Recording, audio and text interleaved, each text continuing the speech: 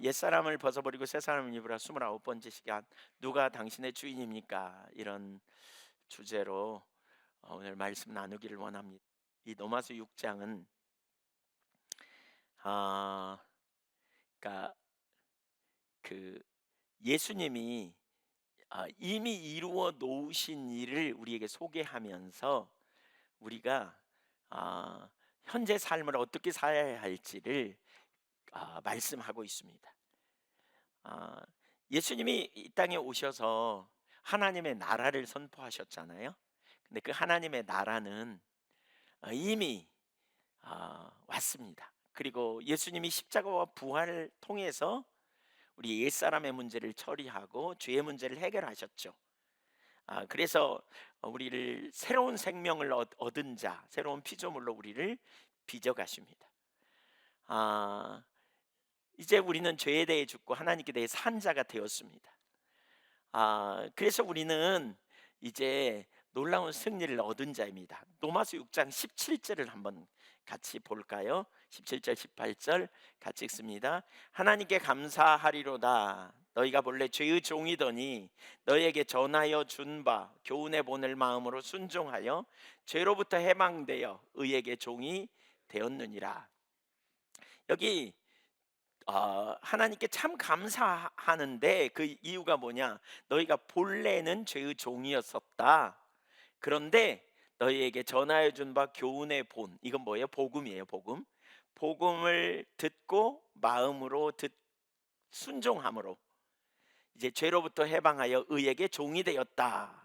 이렇게 표현하고 있죠. 그러니까 여기 보면 종이라는 표현이 나오잖아요. 전에는 죄의 종이었더니 이제는 의의 종이 되었다. 이렇게 표현합니다. 우리가 예수 믿기 전에는 죄의 종이었어요. 그 죄의 종이라는 말은 율법의 지배 아래 놓인 상태를 의미해요. 로마서 6장 14절에 보면 죄가 너희를 주장하지 못하리니 이는 너희가 법 아래에 있지 아니하고 은혜 아래에 있음이라 그랬어요. 과거에는 법 아래에 있었다. 율법 아래에 있었다. 15절도 볼까요? 그런즉 어찌하리요 우리가 법 아래에 있지 아니하고 은혜 아래에 있으니 이렇게 표현하죠. 법 아래에 있다는 말, 율법 아래에 있다는 말이거든요. 근데 이게 무슨 표현이냐? 율법 아래에 있다는 말은요, 하나님이 우리에게 율법을 지켰나 율법을 지킬 능력이 없어서 결국 스스로 율법을 지키지 못하고 오히려 율법을 반복해서 범하는 죄를 짓게 된 거예요. 그래서 율법이 우리에게 계속 소리치죠. 너 죄인이야 이렇게. 그래서 율법 아래 있는 인간은 결국 율법의 종이 된 거예요. 그러니까 죄의 종이 된 거예요. 율법을 매개로 한 죄의 종. 로마서 3장 19절 좀 볼까요? 로마서 3장 19절 거기 몇 장 안 되니까 넘겨보세요. 예, 우리가 알거니와 무릇 율법이 말하는 바는 율법 아래 있는 자들에게 말하는 것이니. 보세요. 여기 율법이 말한다는 거예요. 누구에게요?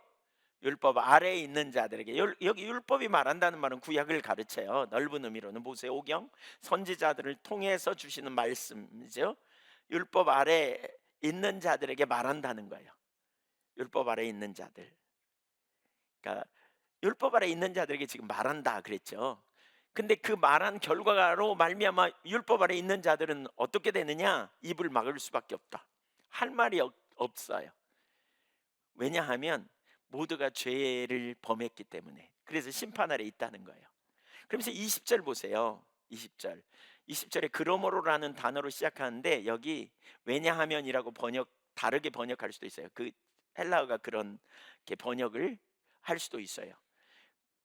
그래서 왜냐하면으로 읽어볼까요? 시작. 왜냐하면 율법의 행위로 그의 앞에 의롭다 하심을 얻을 육체가 없나니 율법으로는 죄를 깨달음이라. 율법으로는 죄를 깨닫기 때문에 율법 앞에 서면 내가 죄인이라는 사실만 드러난다는 거예요.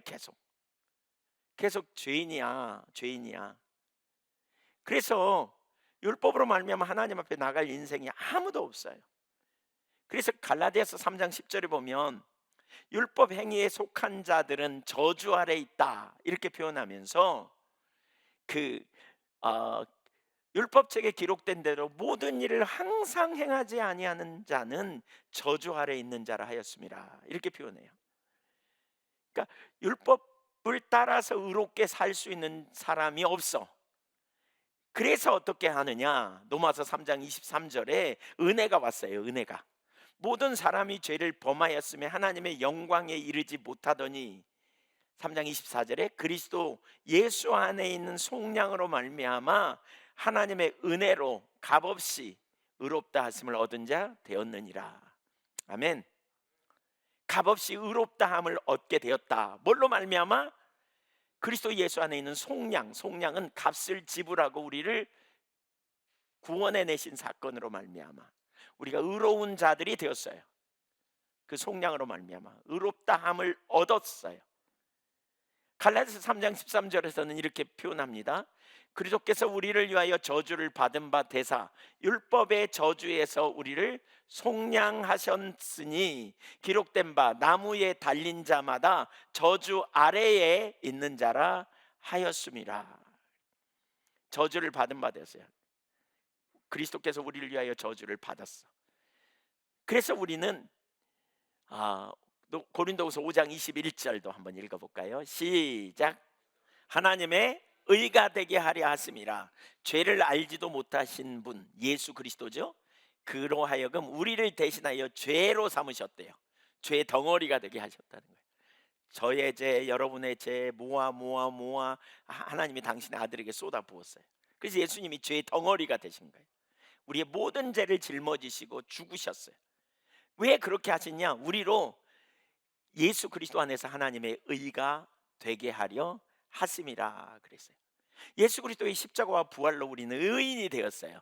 어떻게 됐어요? 율법으로 된 거예요? 아니에요. 뭘로 됐어요? 하나님의 은혜로 된 거예요. 그래서 우리는 과거에는 뭐였다? 죄의 종 노릇했다. 그러나 이제는 누구의 종? 의의 종이 되었다라고 말하고 있어요. 자, 왜 종이라는 표현을 썼을까요? 그러면 우리는 예수님의 종이에요. 우리는 하나님의 종이에요. 하나님의 아들이에요. 예. 예, 종이라는 말도 뭐 틀린 건 아니지만 아들이라고 표현하는 게 더 옳아요. 아들에게는 자유가 있어요. 맞죠? 아들은 밥값 안 해도 먹어요. 종은 밥값 안 하면 못 먹어요. 그렇죠? 네. 아들은 밥값 안 해도 자기 아버지 집에 와서 뭐 먹을 수 있잖아요. 맞죠? 네, 밥값 안 했으니까 너 먹지 마. 이건 부자관계 의심해 봐야 돼. 먹을 수 있어요. 그렇죠? 근데 왜 여기 종이라는 표현을 썼을까? 왜? 종.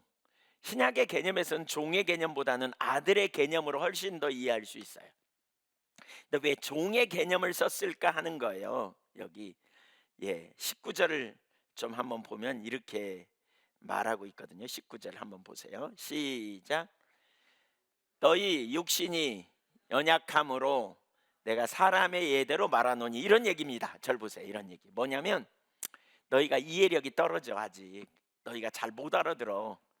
이 말씀이 무슨 의미인지 못 알아들어. 그래서 내가 인간사의 예화를 들어서 너희에게 설명하는 거야. 이렇게 표현해요.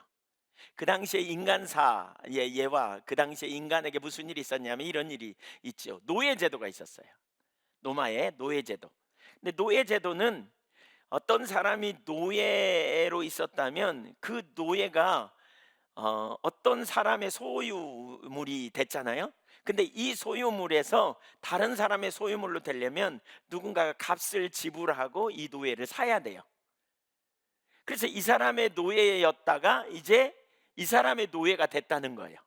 지금 그런 표현을 하는 거예요. 지금 거기 19절 이하를 좀 더 읽어볼까요? 전에 너희가 너희 지체를 부정과 불법에 내주어 불법에 이른 것 같이, 이게 뭐예요? 불법의 종, 죄의 종이죠. 이제는 너희 지체를 의에게 종으로 내주어 거룩함에 이르라 라고 표현하고 있어요. 그러니까 이런 얘기예요. 절 보세요. 과거에는 우리가 죄를 범하고 죄의 유혹에 계속 끌려가서 자꾸 죄를 지음으로 죄의 종로로 됐고, 죄의 대가가 뭐라고요? 사망이에요. 죽음. 죄와 사망의 종로로 타는 삶을 살았어요. 그런데 예수 그리스도께서 우리의 모든 죄의 문제를 해결하기 위해 십자가에서 달려 우리의 죄를 짊어지고 어마어마한 대가를 지불하고 십자가에 달려 죽으시고 부활하시고 승천하셔서 이제 누구든지 예수를 믿는 자들의 죄값이 처리되고 어마어마한 대가를 지불하고 우리를 구원해 내셨어요. 이게 은혜예요. 그래서 우리의 주인은 이제 누구라고요? 예수님. 우리의 주인은 예수님. 아멘. 과거에는 우리가 누구 종 노릇하며 살았다고요? 죄의 종. 이제는 누구의 종? 그러면 왜 예수님 종 노릇하며 살라고 이렇게 표현하고 있는가? 이 개념을 좀 잘 이해해야 돼요. 왜 이 말을 할까? 우선 이 말을 하는 의도가 뭐냐면, 구원받기 전에 너희가 죄의 종노를 하고 살았다면 이제 구원받은 이후에 너희가 은혜 아래 있기 때문에 너희는 그냥 놀고 먹으면 되냐? 죄 지어도 되냐? 너희는 네 맘대로 살아도 되냐? 아니다. 이걸 가르치기 위해서 이 예를 드는 거예요.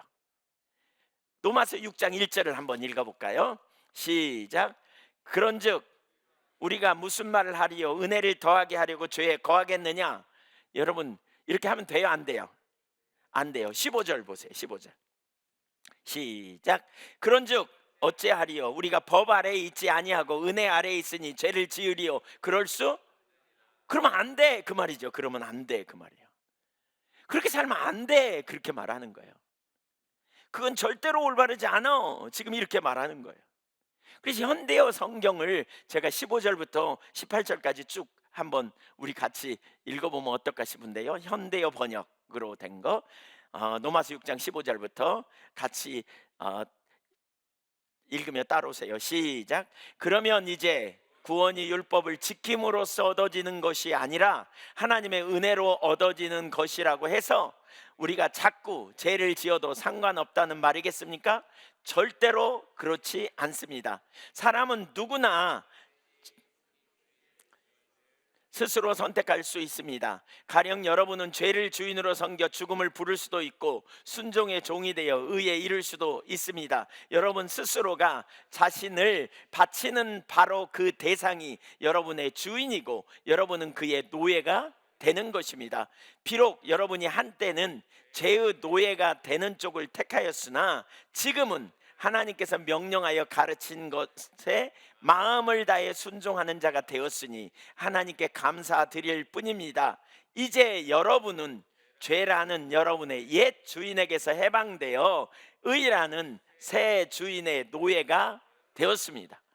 그러므로 더 이상 죄에게 종노릇하면 안 된다는 거예요. 죄를 따라가면 안 된다는 거예요. 그러므로 더 이상 죄를 짓는 삶에 살면서 하나님이 용서하셨으니까 은혜 아래 있으니까 이러면 안 된다는 거예요. 그건 올바른 삶이 아니라는 거예요. 그건 이전의 삶이에요. 그 방종의 삶. 은혜로 우리가 구원받은 자로서 그렇게 살면 안 된다는 거예요. 제가 좀 더 이해를 돕기 위해서 이것이 그걸 가르친다는 걸 가르치기 위해서 메시지 성경, 유진 피터슨이 은혜에 의해 번역된 메시지 성경을 한번 읽어볼게요. 그런데 그 옛 복군에게서 벗어났다고 해서 우리가 옛날처럼 마음대로 살아도 좋다는 뜻입니까? 하나님의 자유 가운데 자유롭게 되었다고 해서 이제 무엇이든 내키는 대로 해도 좋다는 것입니까? 그렇지 않습니다. 여러분은 경험을 통해 알 것입니다. 자유로운 행위라지만 실은 자유를 파괴하는 행위들이 있다는 것을 알 것입니다. 가령 여러분 자신을 죄에 바쳐 보십시오. 그러면 그것으로 여러분의 자유의 행위는 끝이 납니다. 그러나 여러분 자신을 하나님의 길에 바쳐 보십시오. 그러면 그 자유는 결코 그치는 법이 없습니다. 여러분은 평생을 죄가 시키는 대로 살아왔습니다. 그러나 감사하게도 이제 여러분은 새로운 주인의 말을 듣기 시작했으며 그분의 명령은 여러분을 그분의 자유 가운데 가슴 펴고 사는 자유인으로 만들어줍니다. 그래서 로마서 6장 19절이 그렇게 말하는 거예요. 현대어 번역으로 읽어보면 이렇게 내가 노예와 주인의 예를 드는 것은 보다 쉽게 여러분을 이해시키기 위해서입니다. 여러분이 전에는 온갖 죄의 노예가 되어 있었습니다. 그러나 이제는 모두 올바르고 거룩한 것의 노예가 되어야 합니다. 우리가 구원받았지 않냐? 그러니까 구원받은 하나님 나라 백성으로서 이제는 뭐냐? 과거에 죄의 노예처럼 살았다면 이제 은혜 아래에 있다고 너네가 자유야, 네 맘대로 살아도 돼, 이거 아니야, 그 말이죠. 과거에는 죄의 노예였다면 이제는 너희는 의의 노예가 돼야 돼. 하나님의 말씀을 따라 사는 실제적인 삶이 되어야 돼. 그래야 너희 삶에 능력이 있어. 지금 이걸 가르치는 거예요. 여러분, 구원받은 백성으로서 우리를 구원하신, 우리를 선한 길로 이끄시고 우리를 영원한 생명을 주신 우리 주님을 따라 사는 믿음의 사람이 되기를 소망합니다. 이전에는 우리가 마음과 육체 원하는 욕망을 따라갔고 그 뒤에 누가 있다고요? 공중의 권세 잡은 마귀가 있어가지고 마귀가 계속 유혹을 던지고 마귀가 우리를 죄 가운데 끌고 가고, 그러니까 죄를 범하고 결국 영원히 멸망할 수밖에 없었어요. 그 죄의 문제를 예수님이 해결하셨어요. 그러니까 우리는 이제 우리는 예수님을 따라가는 삶이 되어져야 된다는 거예요. 예수님을 따라가고 예수님을 의지하고 예수님을 따라 나아갈 때 진리로 말미암아 우리가 자유케 되는 놀라운 승리가 있게 되었다. 지금 이걸 말하고 있어요. 구원받은 자로서 여러분, 혹시 좀 죄지어도 주님이 다 아시겠지, 아무렇지도 않게, 그리고 별로 가책도 없이 회개도 안 하고 이렇게 사는 삶은 합당하지 않은 삶이에요. 주님은 우리의 죄를 용서하시기로 이미 작정하셨고요, 죄의 권세를 멸하시려고 십자가에서 이미 처리해 놓으셨어요. 그럼에도 불구하고 우리는 예수님을 적극적으로 따라가야 이 땅에서 우리가 주님의 능력을 경험하고 그 능력을 누리는 삶이 되어질 수 있다는 거예요. 그 삶을 저와 여러분이 살 수 있기를 소망합니다. 네, 그렇다면 어떻게 주님을 우리가 살아가야 되는가? 이 삶을 진리에 동의하는 삶이다, 제가 이렇게 말했죠. 이걸 세 단어로 나눠서 설명해 볼게요. 우선 진리라는 단어이고요, 그 다음에 동의하는 것이고요, 세 번째는 삶입니다. 한번 따라해보세요. 진리, 동의, 삶.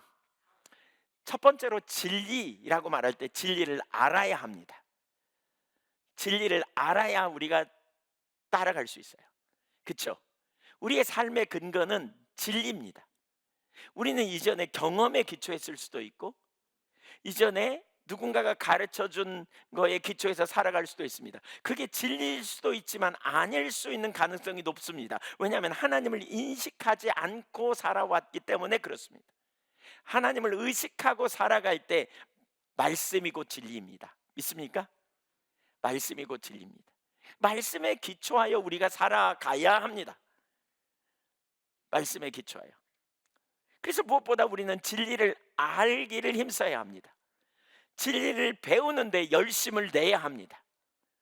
진리를 배우는데 이걸 다른 표현으로 말하면 이렇게 할 수 있습니다. 예수님이 요한복음 14장 6절에서 뭐라고 말씀했냐면, 요한복음 14장 6절에 내가 곧 길이요 진리요 생명이니 라고 말했습니다.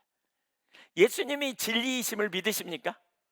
그렇다면 우리는 뭐냐? 예수님의 뜻을 쫓아가야 돼요. 예수님을 길 삼고 가야 돼요. 예수님이 진리라면 우리는 예수님을 따르되 그분을 길 삼고 가야 돼요. 길 삼고.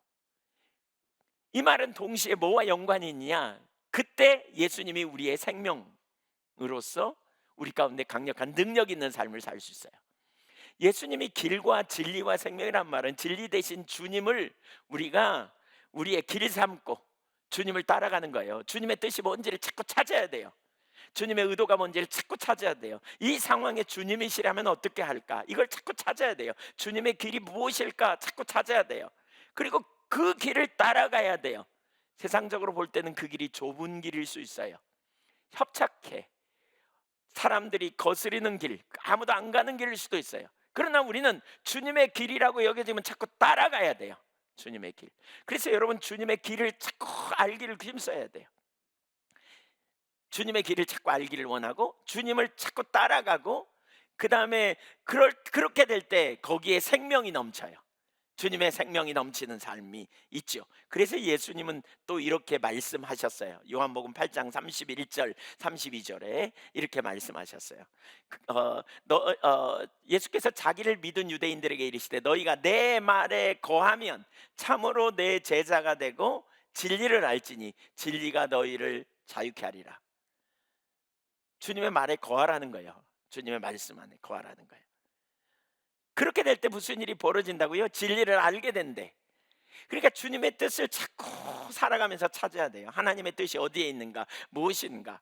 보통 하나님의 뜻이 뭐지? 하나님의 길이 뭐지? 자꾸 물어야 돼요. 주님의 길이. 여러분, 누군가가 여러분에게 물을 때 하나님의 뜻이 뭔지를 알려줘야지 세상적 경험을 알려주면 안 돼. 예. 그래서 하나님의 뜻을 여러분에게 알려줄 수 있는 사람과 교제가 돼야 돼요. 교제가 돼. 주님의 길을. 그러기 위해서 우리가 우선적으로는 뭐예요? 성경을 많이 연구해야 돼요. 성경 공부 많이 해야 되고요. 성경 공부하려고 힘써야 되고요. 자꾸.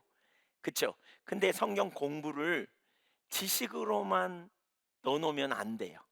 중요함에도 불구하고 지식으로만 넣어놓으면 안 돼요. 어떤 분들은 보면 이제 예한교회 와가지고 그런 분들이 적지 않아요. 새로운 이제 뭔가 깨달음이 있으면 책을 소개하면 그 책으로 끝내버리려고 그래요. 책을 막 열심히 읽습니다. 사실 책을 읽는 거 매우 귀하지만 너무 가면 지식은 많은데 삶은 못 쫓아가요. 이런 분들이 그 지식을 많이 갖고 나중에 해보려고 그러거든요. 근데 안 돼. 그럼 꼭 뭐라 그러냐? 에이, 해봐도 안 되구만. 그럽니다.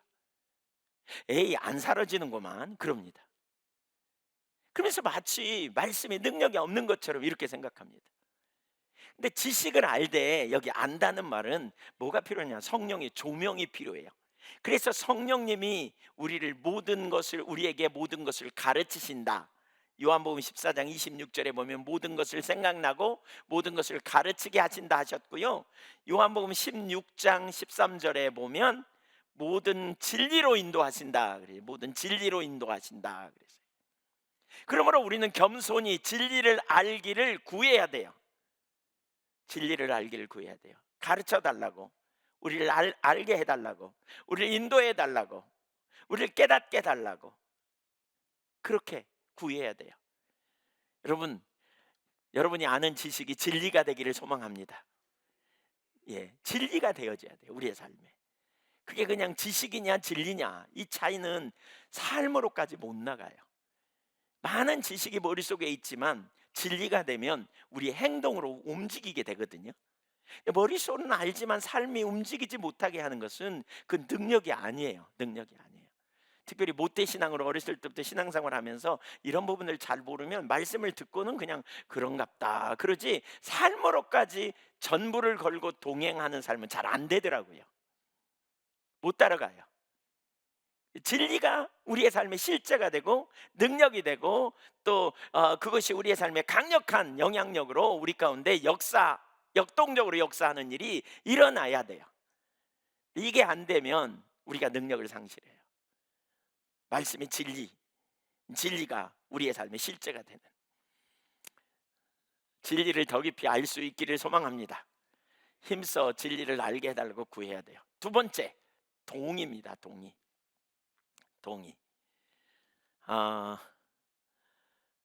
진리인 게 분명하다면 그것을 우리는 지적으로 동의해야 돼요. 여러분 들은 바 지식이 여러분에게 진리라고 분명하게 믿는다면요, 우리는 뭐 해야 되냐? 진리를 믿고 받아들이는 자리로 가야 돼요. 그러니까 이건 마음 안에서 일어나는 일이거든요. 예, 그것을 마음으로 믿고 받아들이는 과정이 있어야 돼요. 믿고 받아들이는. 이때 우리는 입술로 뭐라고 고백할 수 있느냐? 아멘 이렇게 고백해요. 하나님이 살아계심을 믿으십니까? 하나님 전능하십니다. 전지하십니다. 우리를 사랑하십니다. 네, 이 하나하나가 우리에게 우리 신앙의 기초를 이루는 토대라고 할 수 있어요. 제가 신앙생활을 오래 했잖아요. 오래 했고 목회도 하면서 느끼는 얼마 전에 깨달은 건데요. 신앙생활을 잘하려면 이 기본이 튼튼해야 되겠구나 이걸 알았어요. 기본이 튼튼해야 돼요. 그러니까 내가 믿는 하나님이 누구인지를 알고 그 하나님이 어떤 분인지를 실제로 아는 일이 필요해요. 전지하신 분, 전능하신 분, 사랑의 하나님이라는 거를 실제로 알아야 돼요. 그러니까 이게 진리예요. 하나님은 전지하셔. 내 머리털 하나까지 세신바 되었고 내가 어디에 있든지 다 알고 내 상황과 형편을 다 알아. 그 주님을 알아야 돼. 우리가 이게 알아야 돼요. 알아.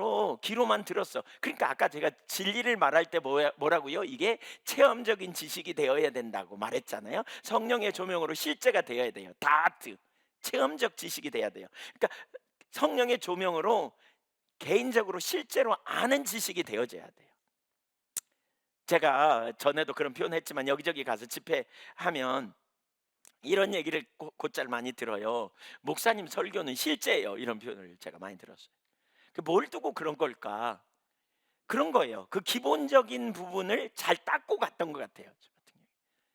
그러니까 여러분이 믿는 하나님이 누구이신지, 그분의 성품이 뭔지를 개인적으로 구체적으로 묵상하고 그 하나님인지 이렇게 알게 해달라고 구하는 이런 기도가 되게 필요해요. 그리고 진짜 그 하나님이면 우리가 어떻게 해요? 그 하나님을 믿음으로 말미암아 삶으로 가게 되어 있어요. 이게 지적인 동의에서 일어나야 돼요. 내가 죄인이고 죄인된 나를 위하여 독생자를 아끼지 않으신 살아계신 생생한 능력의 하나님이심을 우리가 아는 것이 실제로 되어질 때 능력이 있어요. 이것이 실제가 되지 않고서는 우리가 삶에 이를 수가 없어요. 삶으로 가는 과정에 반드시 있어야 될 영역이에요. 예를 들면 로마서 10장 10절에 보면 이런 표현이 있잖아요. 사람이 마음으로 믿어 의에 이르고, 그렇죠? 입으로 시인하여 구원에 이른다 그랬어요. 그러니까 입으로 시인하기 전에 마음으로 뭐가 있어야 된다? 믿는 일이 있어야 돼요. 그 믿는 일이 뭐예요? 내가 죄인이라는 사실과 하나님의 아들이 나를 위하여 십자가에 달려 죽으셨다는 사실을 아는 거예요. 여기에 기초되는 일이 일어나야 돼요. 여기에 기초되는 일이. 이게 마음 안에서 일어나는 일이에요. 그렇다면 우리가 그렇게 믿기 때문에 그 다음에 뭐예요? 나는 예수 믿는다 이렇게 말할 수 있어요. 손해볼까 봐, 또는 예수 믿는데 내가 못 산다고 지적당할까 봐, 혹은 자신감이 없어서 믿는다는 말을 잘 못해. 그렇다면 이건 믿는 게 아니라는 거죠. 그 믿는 삶으로 가기 전에 우리 안에서 어떤 일이 일어나야 되느냐? 말씀이 진리라는 분명한 사실을 우리가 알고 그거에 지적인 동의하는 일이 일어나야 그 다음으로 갈 수 있다니까요. 그 다음으로 갈 수 있어요. 그러니까 이걸 단순히 지식의 동의가 아니에요. 여러분, 그렇게 되면 실제 삶으로 살 수 없어요. 왜 마태복음 7장에 보면 이런 표현이 있잖아요. 어떤 순간인가 홍수가 나고 바람이 분다는 거예요. 그러면 우리가 집을 어디에 지었느냐에 따라서 무너지거나 아니면 그런 순간에도 든든히 세워질 수 있다, 이런 표현이 있잖아요. 마태복음 7장에 보면. 그렇죠? 여러분은 어디에 기초하여 여러분의 신앙의 집을 세우고 있는지를 점검해 보셔야 돼요. 히브리서 5장에 보면 너희가 5장 12절에 보면, 거기 보면 너희가 시간이 많이 지나서 마땅히 선생이 되어야 할 터인데 여전히 도의 초보를 다시 닦아야 할 자리로 돌아가 버리니 어떻게 된 일이냐, 이렇게 표현하고 있거든요. 도의 초보 중에 초보가 뭐예요? 내가 믿는 하나님이 누구인지, 그분이 우리를 위해 어떤 일을 이루셨는지, 그 하나님이 우리에게 말씀하신 약속이 성취될 거라는 그런 확신을 갖는 거, 이런 게 다 도의 초보예요. 이 땅이 우리가 사는 것이 전부가 아니라 시간이 지나면 이 땅이 이제 심판을 받게 되고 우리가 이 땅에서 종말을 맞이하게 될 거라는 사실을 아는 거죠. 우리가 이 땅에 사는 것만이 전부가 아니라 영원한 하나님 나라가 있다는 걸 믿는 거죠. 이렇게 다 도의 초보예요. 이 초보가 없으면, 이 도의 기초, 이 반석과 같은 이 기초가 없으면 우리 신앙생활이 흔들리는 이유가 바로 여기 있는 거예요.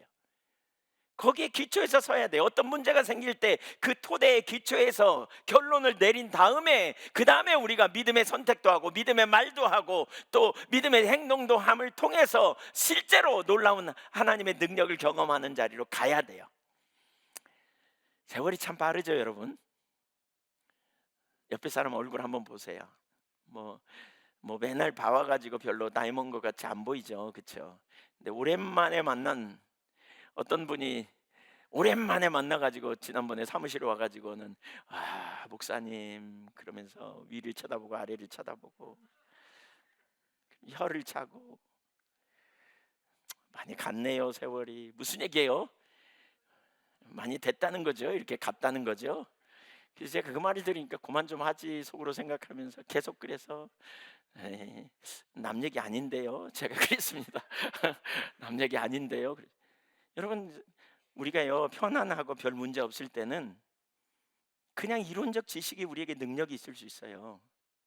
편안하고 화평하고 아무 문제 없을 때는 우리 뭐 삶에 뭐 별 문제 없어요. 여러분 하나님의 은혜가 여러분에게 함께 합니까? 가정 평안하고 별 문제 없고 지금 편안하고 안식이 됩니까? 뭐가 잘 돼 갑니까? 그러면 아멘 해보세요. 네, 축복합니다. 잘 되셨습니다. 네, 이럴 때는 믿음이 있는지 없는지 잘 몰라요. 유감스럽게도 다 믿음이 있는 것 같아요. 그러나 이런 날이 온다니까요. 무슨 날이요? 홍수가 난다니까요. 바람이 부는 날이 온다니까요. 벌써 그런 날을 맞고 있는 분 여기 계시죠? 왜? 뭐 건강의 문제만 해도 뭐 예를 들면 썽썽했는데 다리가 아프다거나 뭐 기억력이 없어져 점점 없어진다거나 눈은 흐릿하고 앞이 안 보여.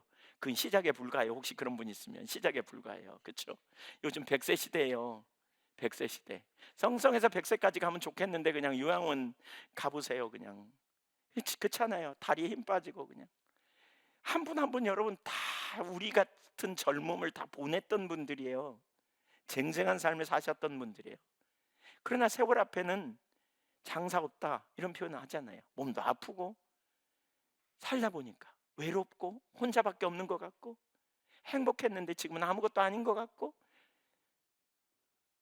홍수가 나. 우리 인생에 홍수가 나는 그날에 우리는 어떤 반응을 할 것인가 생각해 보세요. 기초가 튼튼한 사람은 그때 무슨 반응을 할까요? 그때 누구에게 소망을 두고 있기 때문에 하나님께 소망을 두고 있기 때문에 그분을 주인 삼고 있기 때문에 그때는 담대할 거거든요. 그때는 주님 안에서 안식을 누릴 거거든요. 그럼에도 불구하고 그렇잖아요. 여러분 이 모든 인간이 죽음이라는 늙음과 죽음이라는 파고를 거쳐서 우리가 영원한 나라에 들어가잖아요. 그 과정은 쉽지 않은 경험입니다. 쉽지 않은 경험. 뭐 그렇지 않더라도 일생의 삶에 있어서 우리는 여러 가지 문제를 만납니다. 바람이 불고 창수가 나고 믿음의 기초가 튼튼한 사람은 그때 우리는 딱 서 있습니다. 하나님이 나와 함께 계시니 하나님이 누구인가? 여러분 평상시에 이 믿음에 굳건하게 서 있지 않으면 위기가 오는 순간에 뒤집어집니다. 돈의 유혹 앞에 금방 넘어집니다. 왜 우리가 돈의 유혹 앞에서도 담대할 수 있습니까? 세상의 유혹, 재리의 유혹이나 어떤 시험이 올 때도 우리가 담대할 수 있습니까? 요셉을 보십시오. 하나님이 쓰셨던 유대한 요셉 보세요. 그는 네 가지 시험이 그에게 있었다. 보통 그렇게 말하죠. 첫 번째 시험은 뭡니까? 형들이 자기 동생을 팔아먹는 배신의 경험이에요. 그때 우리는 어떻게 해요? 기초가 튼튼하지 않으면요 쓴뿌리가 우리 안에 와서 못 견디고 폭발할 거요. 어떻게 형이 동생을 팔아? 근데 어떤 분이 그랬더라고요. 위대한 믿음의 지도자들 치고 한두 번 이런 요셉이 그 배신당한 경험 받은 것 같은 그런 경험 없는 사람들이 없다. 근데 그 과정에 이런 경험 속에서 하나님을 선택해서 진리를 선택해서 진리에 동의해서 나아가느냐 그렇지 않느냐에 따라 이 사람이 쓰임받을 수도 있고 버림받을 수도 있다라고 표현해요. 이런 시험이 있단 말이에요. 기초가 튼튼할 때 그때 우리가 뭐예요? 주님이 나를 아신다. 주님이 나를 아신다. 주님이 나를 사랑하신다. 주님이 나를 돌보실 거다. 그리고 우리는 믿음으로 주님 바라보면 돌파해내는 경험으로 가야 된다고요. 요셉에게 순결의 시험이 있었어요. 성적인 유혹이 있었단 말이에요. 바로 그런 순간에 요셉이 어떻게 반응했는지 아시죠? 하나님 앞에서의 삶을 살 수 있었던 게 뭐냐? 기초가 튼튼하니까 그래요. 유혹이 없어서 그렇지 유혹이 와보세요. 우리 추풍나비처럼 넘어질 수도 있어요. 우리가 뭐 다 준비되고 우리 믿음이 충만해서 그런 착각일 수도 있어요. 기초가 튼튼하지 않으면 진리에 동의하는 삶이 진리가 얼마나 내 삶의 기반을 바치고 있는지 내 믿음의 기반을 바치고 있는지 우리가 돌아볼 일이에요. 일이 일어나야 돼요. 요셉에게는 인내의 시험이 있었어요. 하나님의 약속은 있는데 그 약속이 성취될 가능성이 하나도 없는, 술 따르는 관원장의 이야기를 들었어요. 그 술 따르는 관원장에게 자기 억울하다고 복권시켜달라고 그렇게 말했어요. 그가 그러겠다고 약속하고 가가지고는 침묵이에요. 아무 일도 안 일어났어요. 바로 그런 순간에 우리가 기초가 튼튼하지 않으면 뒤집어져요. 원망, 쓴뿌리. 여러분, 하나님의 약속은 어떤 이에 더디다고 말하는 것처럼 더디지 않다. 하나님 편에서 볼 때 더디지 않은 거죠. 우리 편에서 볼 때 엄청 더디해요. 근데 바로 그런 순간을 우리가 하나님을 신뢰하고 참을 수 있다면, 있어야 된다면 기초가 튼튼해야 돼요. 진리가 무엇입니까? 여러분의 삶에 뭐가 진리입니까? 그리고 그 진리가 여러분의 삶에 진짜 밑바닥에 깔려 있습니까? 진리가 여러분의 삶을 어, 그 결정하고 여러분이 말하고 행동하는 토대가 되어 있습니까? 이 일이 일어나야 됩니다. 그 진리가 다 체험적인 지식으로 우리 가운데 자리 잡고 있어야 됩니다. 부분적으로라도 성령의 조명으로 이건 맞아, 이건 사실이야, 이건 옳아, 그러니까 나는 하나님을 신뢰하고 내가 믿음의 길을 선택해 갈 거야. 이 믿음의 길을 가려면 그 이면에 진리를 지식으로 동의하는 일이 일어나야 된다는 거예요. 일이 일어나야 돼요. 그렇게 될 때 강력한 능력이 있는 거죠.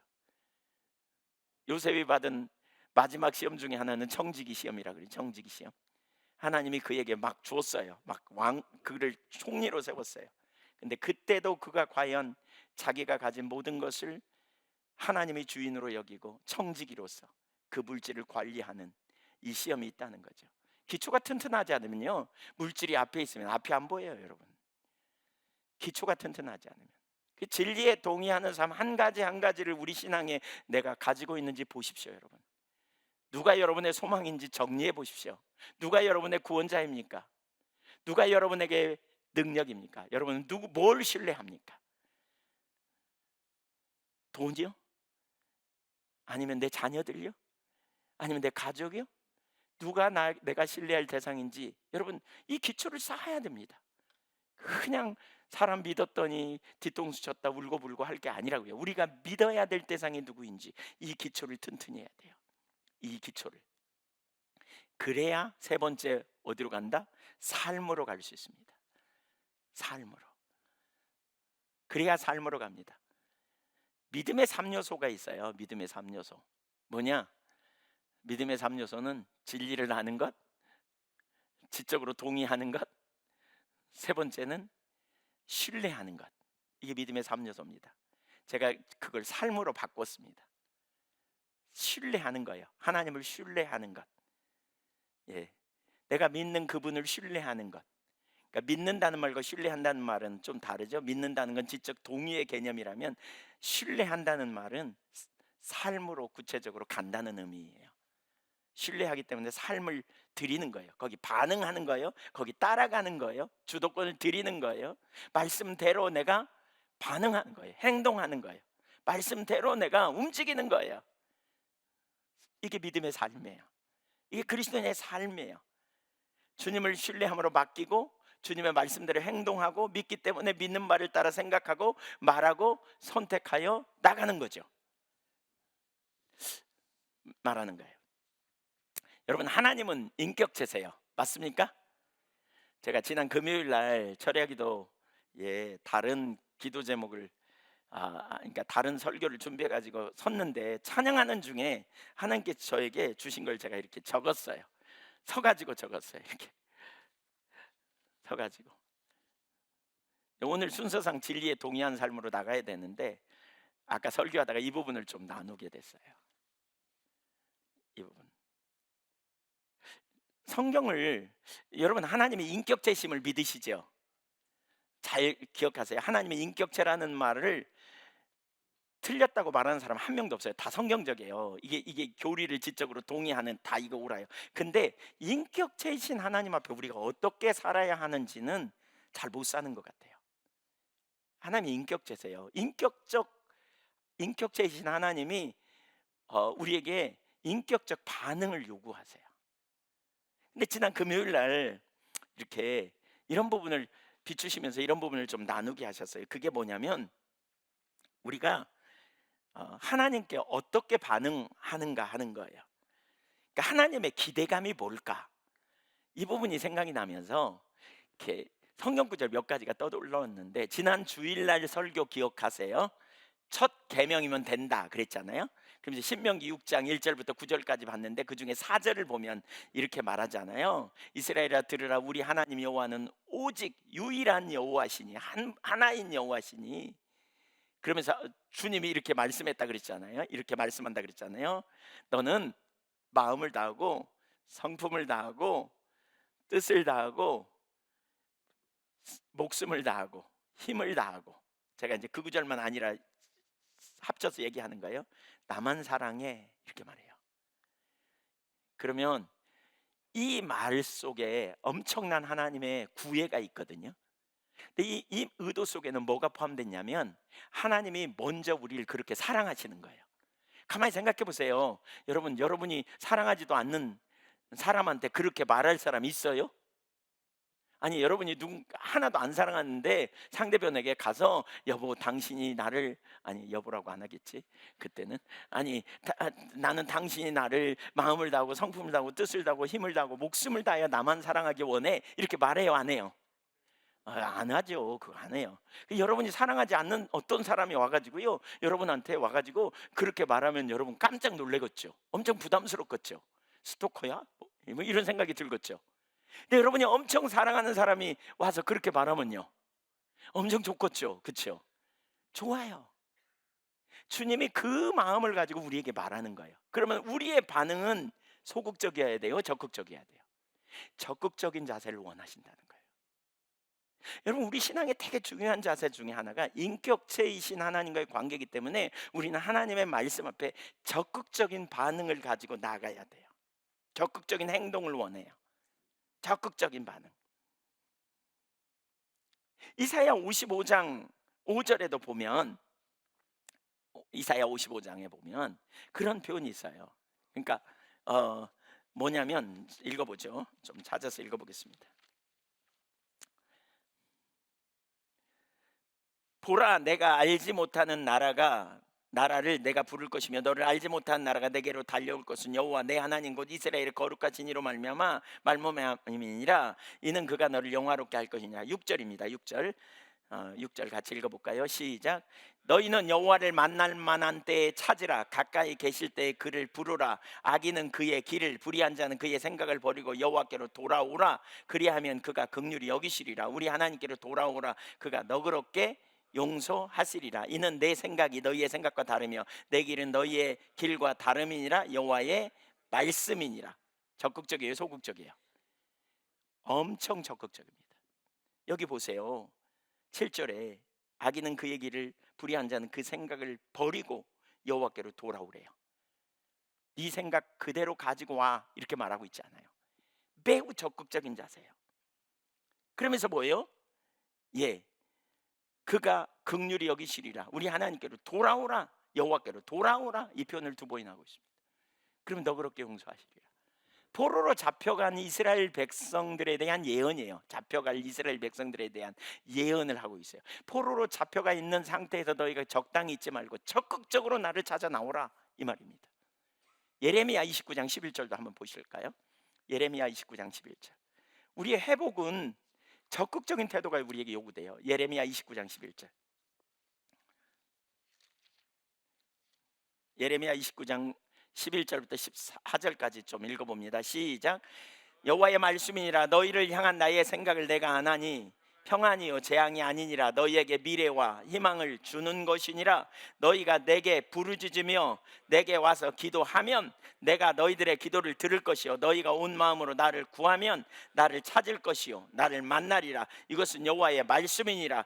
나는 너희들을 만날 것이며 너희를 포로된 중에서 다시 돌아오게 하되 내가 쫓아 보내었던 나라들과 모든 곳에서 모아 사로잡혀 떠났던 그곳으로 돌아오게 하리라. 이것은 여호와의 말씀이니라. 포로로 잡혀간 이스라엘 백성들을, 잡혀가고 있는 그들을 향해 주시는 메시지예요.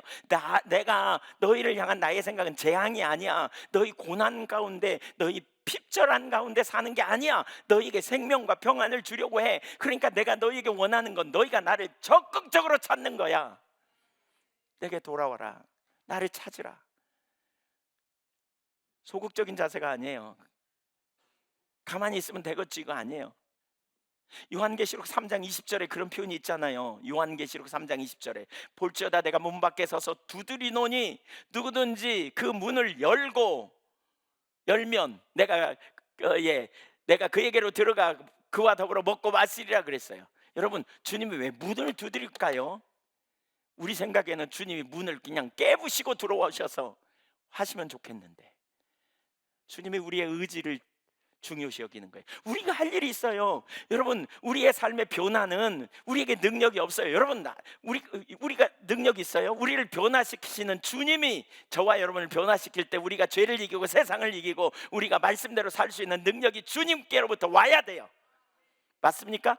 근데 우리가 할 일이 있어요. 우리가 가만히 있으면 되는 게 아니에요. 우리가 마음을 활짝 열어야 돼요. 주님은 임하여 달라고, 주님은 오시라고, 주님 저에게 말씀을 가르쳐 주시고, 주님이 누구이신지 알게 해달라고, 주님 은혜를 부어달라고 사모하고 갈망하고 기다려야 돼요. 적극적인 태도가 필요해요. 마태복음 7장에 보면 뭐라 그랬어요? 구하라, 주실 것이요, 찾으라, 찾을 것이요, 두드리라, 열릴 것이라 그랬어요. 왜 주실 건데 너희 천부께서 아시느니라, 구하는 자에게 뭐가 필요한지 아시느니라 6장에 보면 그렇게 말하는데 왜 7장에서는 찾으라, 구하라, 두드리라 그럴까요? 아심에도 불구하고 우리가 그렇게 적극적으로 사모하며 나오기를 원하시는 거예요. 시편 81편 10절에 보면 내 입을 넓게 열라 내가 채우리라. 시편 42편에 보면 목마른 사슴이 시냇물을 찾기에 갈급한같이. 왜 갈급함이 필요해요? 주님은 적극적인 태도를 원하세요. 여러분, 소극적인 자세로 우리가 알아서 하시겠지 이거 아니에요. 우리가 열망을 가지고 주님 앞에 나가야 돼요. 믿음으로 나가야 돼요. 하나님 은혜를 부어달라고 찾아야 돼요.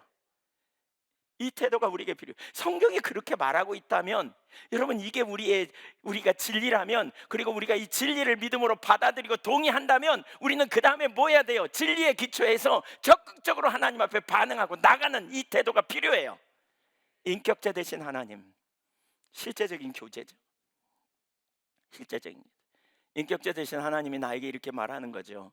내가 너를 사랑해. 네가 존재를 다해 나를 사랑하기를 원해. 그러면 우리는 뭐예요? 힘을 다해 주님 알기를 원하고, 주님과 함께 있기를 원하고, 주님과 갈망하고, 주님 인도해달라고, 구해달라고, 저를 가르쳐달라고, 제가 주님과 동행하기를 원한다고, 이런 열망을 가지고 여러분 주님 막 찾아야 돼요. 제가 집회 나갈 때, 평상시 교회에 있을 때 이렇게 좀 마음이 느슨해질 때가 많은데, 집회 나가거나 이러면 막 이제 주님 앞에 설교하고 토요일 밤 같은 데가 이제 그런 데인데 막 찾거든요. 근데 그렇게 한 3일 막 이렇게 집중해서 찾다 보면 영적으로 충만해져요. 민감해져요. 우리를 고아처럼 버려두지 않기 위해 오셨어요. 우리를 모든 진리로 인도하기 위해 성령님이 오셨어요. 가르쳐달라고 우리가 적극적으로 사모하고 구하는 거예요. 잘 모른다고 그냥 우리가 멈춰 서지 않는 거죠. 어쩌면 이런 설교를 들으면서 굉장히 부담스러울 수 있어요. 살지도 못하는데 살라고 막 이럴 수 있어요. 로마서 12장 2절에 보면 이런 표현이 있거든요. 너희는 이 세대를 본받지 말고 마음으로 변화를 받아 하나님의 선하시고 온전하시고 기뻐하신 뜻이 무엇인지 분별하도록 하라 그랬어요. 자, 하나님의 선하신 뜻대로 우리가 살아야 돼요. 이 세대를 따라가지 않고. 근데 그러기 위해서 뭐가 필요한다고요? 변화를 받는 일이 필요해요. 내가 나를 변화시켜서 이거 아닙니다. 우리를 변화시키시는 주님의 능력으로 우리가 변화를 받아야 돼요. 그런데 우리 속에 착한 일을 시작하신 분이 주님이시고요, 그 주님이 저와 여러분을 바꾸실 거예요. 믿습니까? 근데 우리가 할 일이 있어요. 그게 뭐예요? 마음문을 여는 거예요. 활짝 여는 거예요. 갈망하는 거예요. 사모하는 거예요. 기다리는 거예요. 하나님 찾는 거예요. 은혜를 부어달라고, 주님 우리를 돌아봐 달라고, 우리에게 깨닫게 해달라고, 이런 구하는 적극적인 태도가 필요해요. 그럴 때 주님이 우리 가운데 깨닫게 하시고 가르쳐 주시고 이끌어 주세요. 인격체세요. 주님 저 가르쳐 주세요. 가르쳐 주시겠다잖아요. 그러니까 가르쳐 달라고 구하라고요. 찾으라고요. 만나 주시겠다잖아요. 예, 응답하시겠다잖아요. 크고 비밀한 일을 보이시겠다잖아요.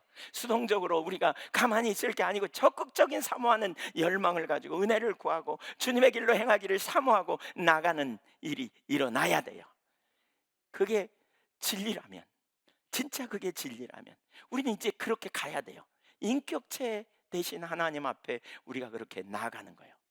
그렇게 나가는 거예요. 그렇게 삶으로 가야 하는 거죠. 신뢰함으로. 이때 참 중요한 거 또 한 가지는, 인격체이신 주님께 우리는 우리의 필요를 채워달라고 구하고 가는 거죠. 기도 응답을 구하기 위해 나가는 거예요. 되게 이제 하나님의 손을 구한다, 얼굴을 구한다 이런 설교를 듣다 보면 잘못 이해하면, 인격체이신 주님과의 관계성을 이해하지 못한 채 하나님의 손을 구한다, 얼굴을 구한다 이걸 잘 모르면 하나님 앞에 뭐 필요를 채워달라고, 문제 해결해달라고 기도하는 게 잘못됐으니까 나는 그런 기도 절대 안 해야지, 그건 손을 구하는 기도야, 이렇게만 생각하는 사람들이 있어요.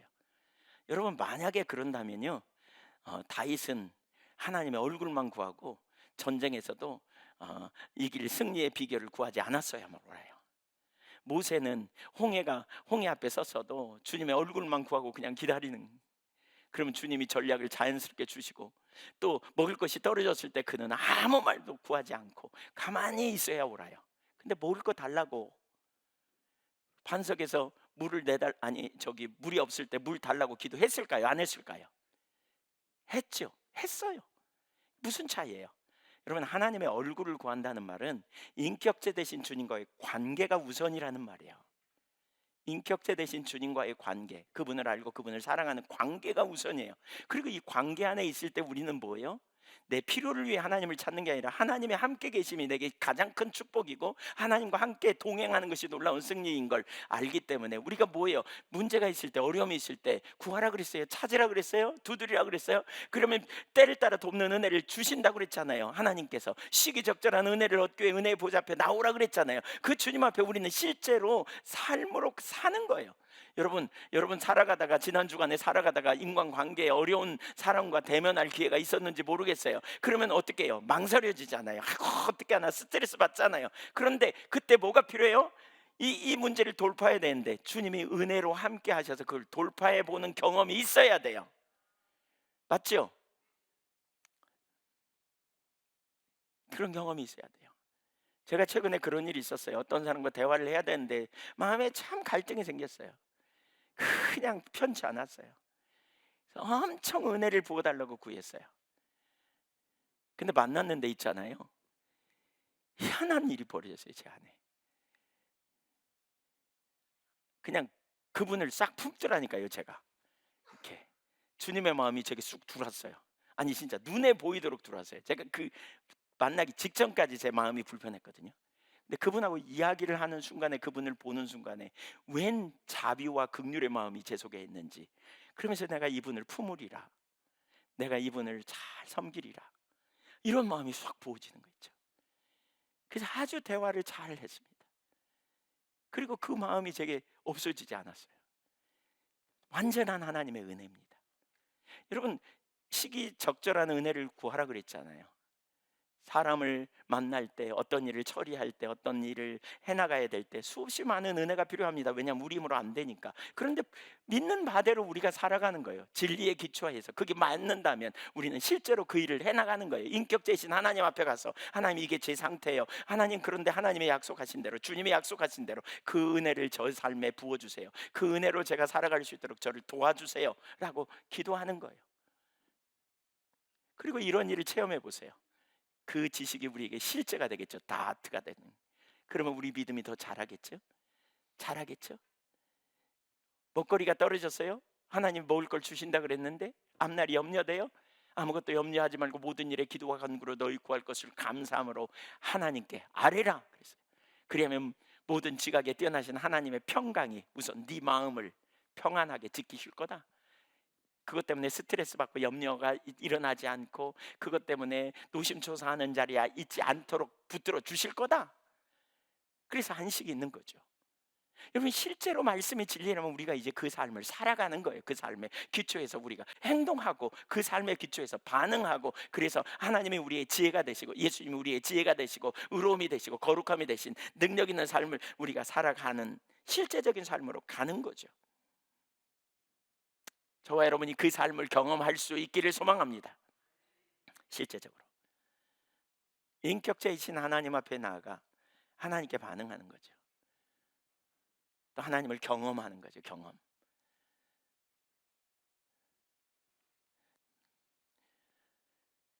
성령의 조명이 있으면 말씀이 죽은 문자로 남아있지 않습니다. 주님의 기록된 말씀도 제게 지금 주시는 말씀으로, 우리에게 지금 주시는 말씀으로 옵니다. 제가 전국 집회 앞두고 이번 주간에, 지난 주간에 올라가면서 지방의 여러 현황 나누고 올라갔는데 마음이 되게 무거웠어요.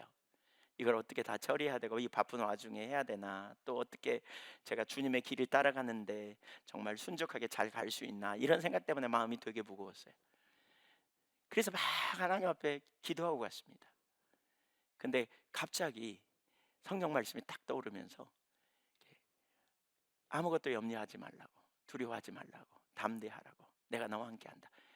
여호수아 1장 말씀이 생각이 났어요. 근데 있잖아요, 평상시에는 그 말씀이 그냥 생각났는데 인격체가 저에게 말씀하시는 것처럼 왔어요. 하나님 염려 마, 토닥토닥, 내가 너와 함께해. 여러분, 인격체가 우리에게 주시는 그 말씀 앞에 우리가 인격체이신 주님 앞에 진리를 따라 반응하고 나가는 거예요. 그래서 우리가 인격체 앞에 나갈 때 하나님을 경외하는 삶의 태도도 필요하죠. 경외한다는 건 뭐예요? 두려워하는 거죠. 하나님 두려워하는 거예요. 존중하고 두려워요. 그래서 해서는 안 되는 일을 안 하고, 우리는, 그러니까 보세요, 율법주의 신앙은 몇 가지를 하고 안 하고의 문제거든요.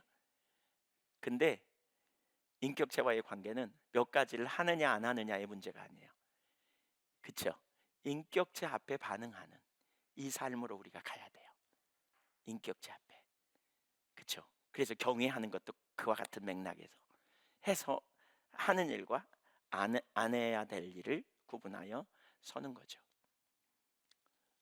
우리 주님은 능치 못함이 없는 완전하신 하나님입니다. 제가 설교를 마치겠습니다. 마감하려고 합니다. 완전하신 분입니다. 신실하신 분입니다. 어쩌면 이런 설교를 들을 때 많은 사람들이 이미 마음을 닫아버리는 경우가 있어요.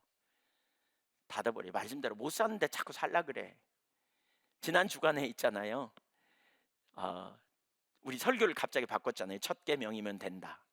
근데 지난 화요일 날 아침에 일어나서 샤워하려고 들어갔는데 그런 생각이 드는 거예요. 진리에 동의하는 삶을 살기 전에 삶을 살아야 될 이유에 대해서 나눴고, 이 삶을 살아야 되는데 아직 준비되지 않은 마음, 많은 사람들이 그건 또 어려운 설교네. 아이고, 그렇게 누가 사냐. 우리 자신을 드러내는 거, 이거 참 힘든 일이거든요.